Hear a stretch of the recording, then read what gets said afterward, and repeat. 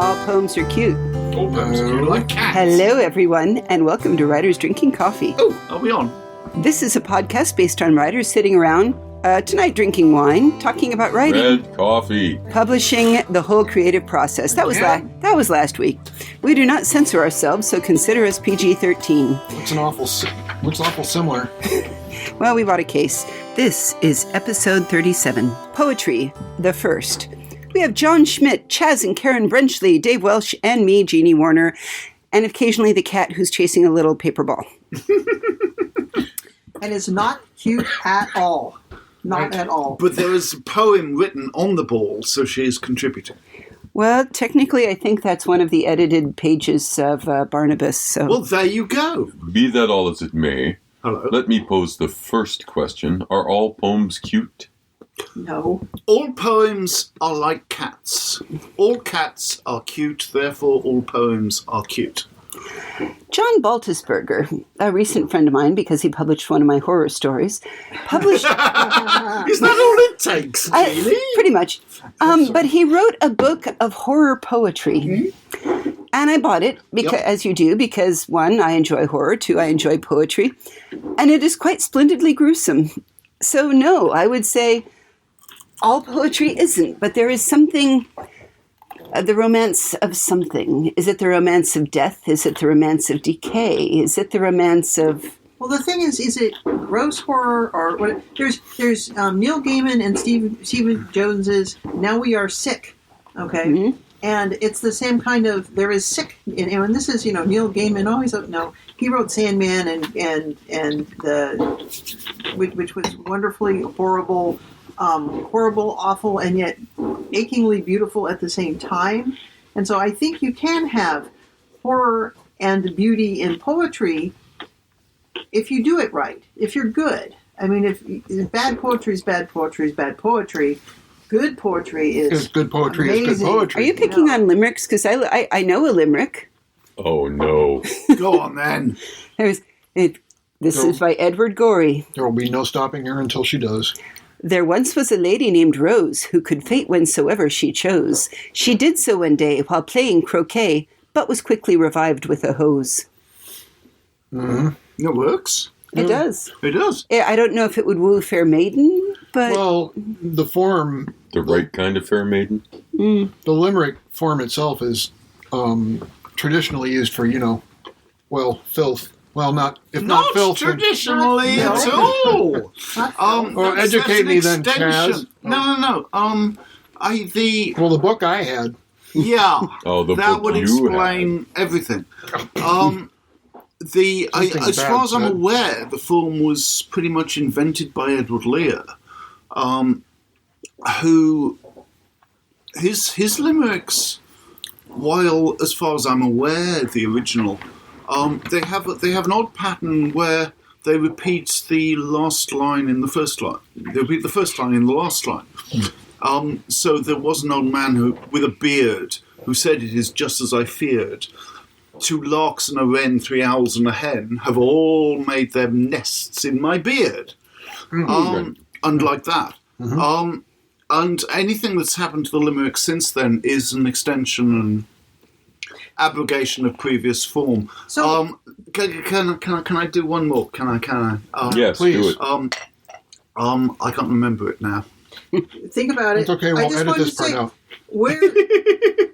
There are no medieval limericks. Okay, this is not an old form. Right. It's and not. I know this because I used to research medieval poetry because I belonged to the SCA and was a poet in the SCA. Mm-hmm. And I did find one poem that actually did have that scansion in one. Okay, and it did not end with a dirty joke or anything, and the rhyme scheme was not quite right.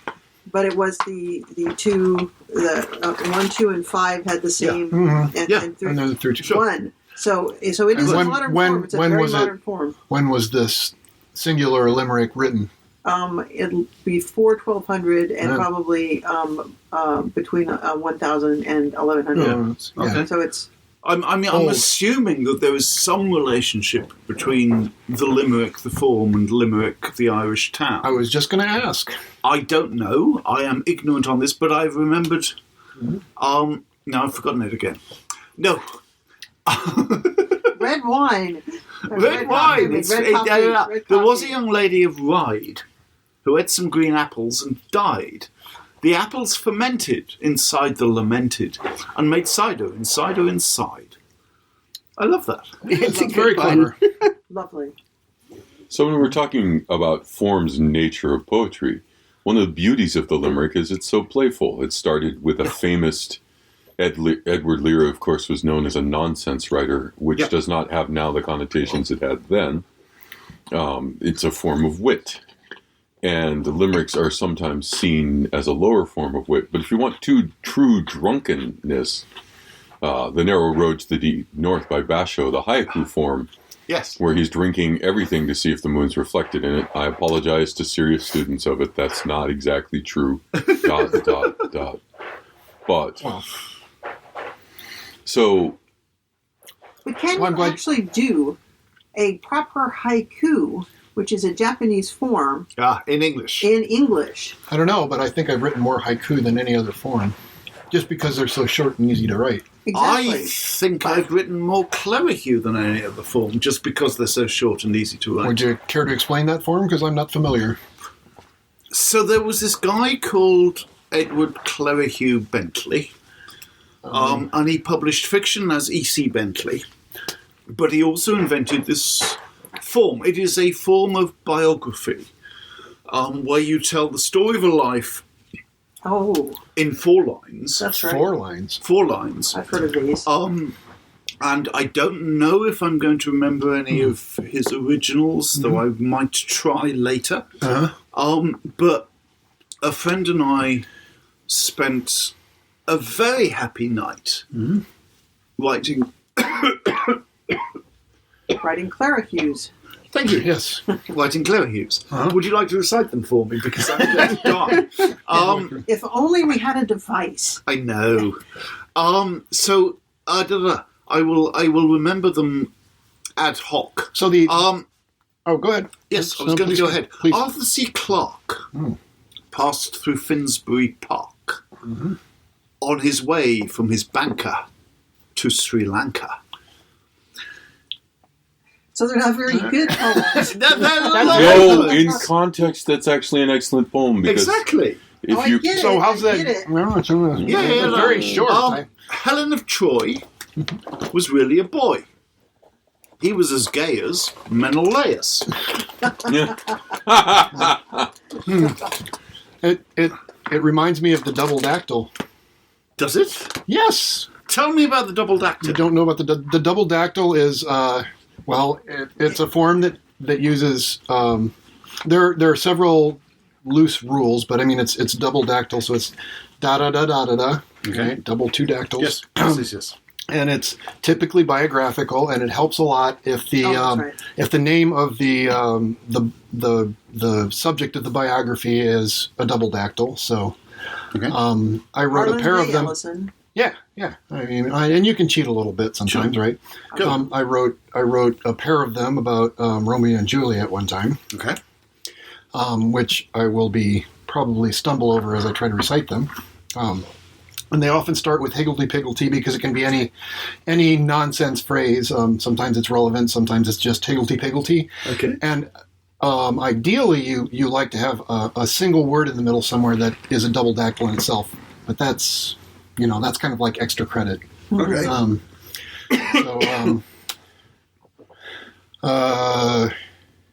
No pressure. Yeah. Why don't you guys talk a little bit, and I'll I was going to say, Contemplate, because you remember. started with higgledy-piggledy, one of my favorites of Dorothy Parker starts that way. Oh. Higgledy-piggledy, my red hen is laying eggs for the king again. Neither whip nor lash nor lariat could make her lay for the proletariat. I think that's a double dactyl. no, Nope, it's not. just I'd like to fine. throw a poem in here. Yeah. Okay. Yeah. This is for Jazz. A number of episodes ago, I said, send me a seed and I'll write a poem.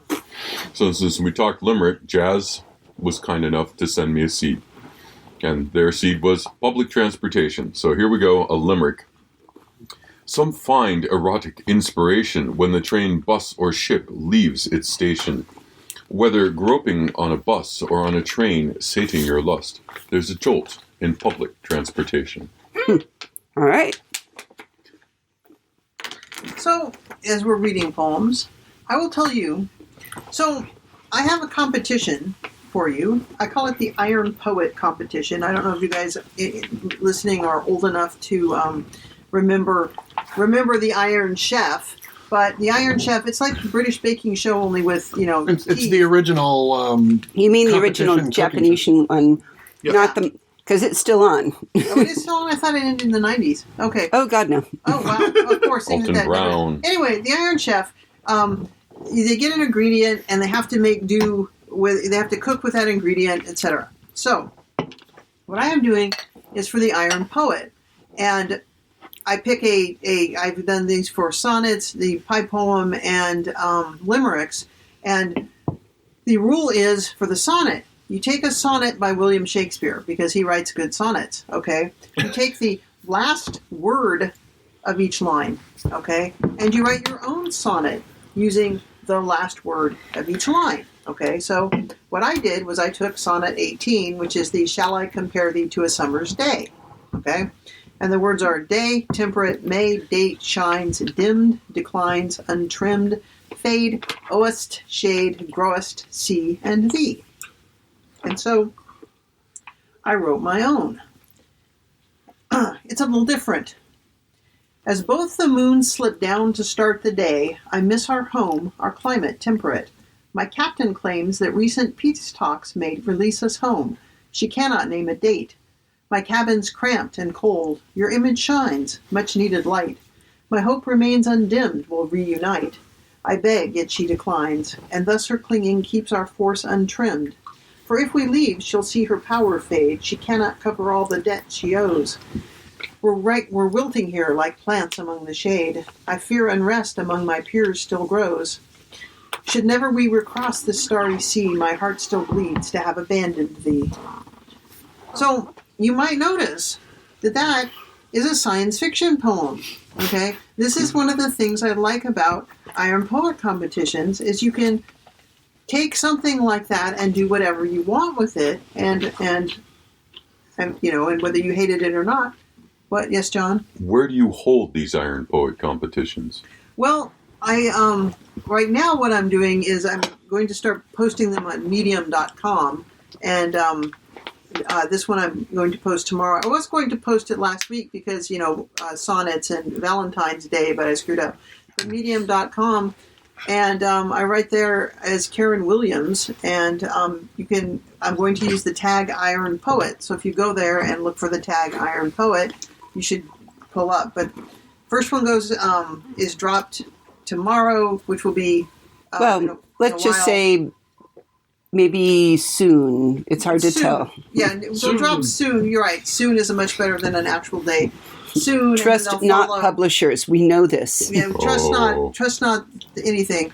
But in every month or so after that, I'm going to add some more because I've got a pie poem which I will share with you in a bit.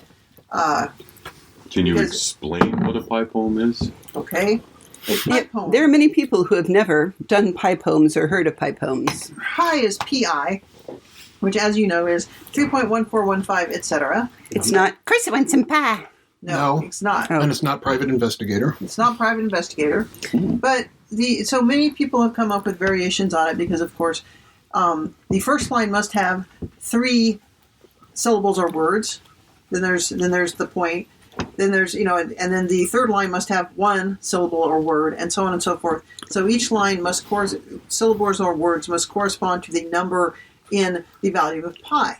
Okay, my particular take on it is the second line must be the word point, and the last line must be anything to do with infinity and so on, right. ... something like that. And so I have. So can you make it any length as long as it ends in infinity?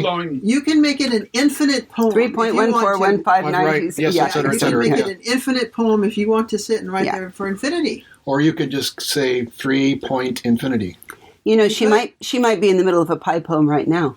I can read you a pie poem. Please do. It's not, don't worry, it's not an infinite one. It's not an infinite one. We assume as much because you would not be here if it were. I call it a love song to an uncertain future. I've encountered that point. One implied, inherent, even promised. One never sought, not a gift. The peaches I have dared lie eaten, sticky memories, blue ribbons molding in a muddy cardboard box. What do I dare as my next peach? So little time to claim between this morning's aches and when I join infinity. Can I share from you something really, really funny that won't hopefully screw everything up but still make you giggle late at night? I have a friend from Greece. She's already laughing. She's gone. My friend from Greece let us all know that what the hell is with these Westerners because it's pronounced P. Well, it's kind of like noodles. PHO is pronounced Pho. pho. So that's why they No, have the pho. pho queen. They don't have the pho king. There. Yes. And I was talking about noodles, parents out there. Noodles. Yes. Okay. Okay, if we're talking about reading poems, can I tell a little story? Yes. Please do. Yes, please tell us the story. So, John's writing them frantically as we I go know, here, just I so everybody see knows. it. A lot of This these is are not coming right. frantic. Oh, right. so my two best friends were getting married. Oh. And Helen asked if I would be her best man. And I said, yes, you're fine.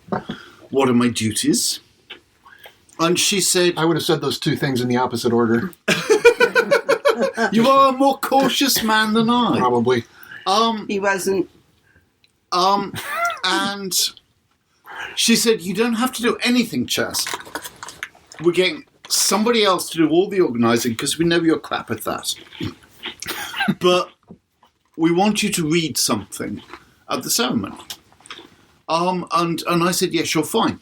And the thing was, Helen and Mark had met at an eclipse chasing holiday. They had gone to Madagascar individually and had been on this 2-week camping trip through Madagascar chasing the eclipse. The solar eclipse, I should say. And so obvious, and they had gone to other eclipses since. So obviously, I wanted to read something that was eclipse-based. And I scoured the internet, and English literature generally, but via the internet mostly, for eclipse poems that would be romantic, and I couldn't find any. So I had to write one. But I didn't tell them that I had written it, because I didn't want to spoil. The event was not about me. Right. So I told them I had found this poem. And I would just like to point out, the moment he told me this story, when he started, I said, you wrote it, didn't you, right away? Because I know him, but his best friend of forever. It's like, oh, that's so sweet, Chaz. Yes. Hey, go ahead and read it. Yeah, you're very clever. Shall I continue? wives are awesome. So this poem is called Eclipse by John Mark Linden. An eclipse is sheltering, the shadow of another body between you and a hard sun. Lovers eclipse each other, willfully standing in each other's lights. And in that timeless twilight no birds sing, so they can hear the beat of each other's blood against the silence. And is it any wonder, then, that we should chase eclipses of our own, to snatch a taste of it and feel obscurely threatened by the size of it, the rush of it, the moon's shadow and how we run to stand within it at that place, that time, that angle to the sun? And it's not about the sun, though we pretend with pinhole cameras, pinhole sentiments. It's about what comes between the sun and us, graceful, monumental, undelayed, the urgency of moment. And it trails its shadow like a disregarded veil that falls across us because we have run to be there. But it's not about the shadow, nor the light. It's about us, as it always is, our bodies in their perilous orbits, and how we chase that touch of perfect balance, eye to eye, lit only by each other. It's all about eclipses in the end. Lovers have always known this. We can learn. That's lovely. That is nice. It is very pretty. John, are you quite ready yet? No, I'm writing a sonnet. Sonnets are tricky. Right, well, I'll recite my double dactyls then, shall I? Oh, yes. Good. Please. Double Right. dactylus. Yes. Back to biographical poems. Or so a double dactyl. Higgledy piggledy. Da da da da da. Ba ba ba da da da. Da da da da. Da da da da da da da da da da da da da da da da da. Ta-da. Right. Okay. Okay. So it turns out that Romeo Capulet and Juliet Capulet and Romeo Montague Thank you. are absolutely double dactyls. So Yes. I couldn't resist. Okay. Higgledy piggledy.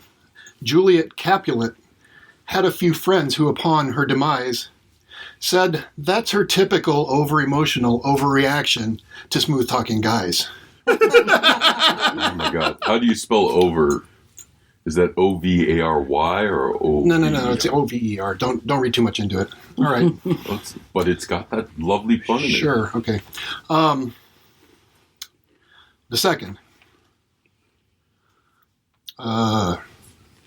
Higgledy piggledy.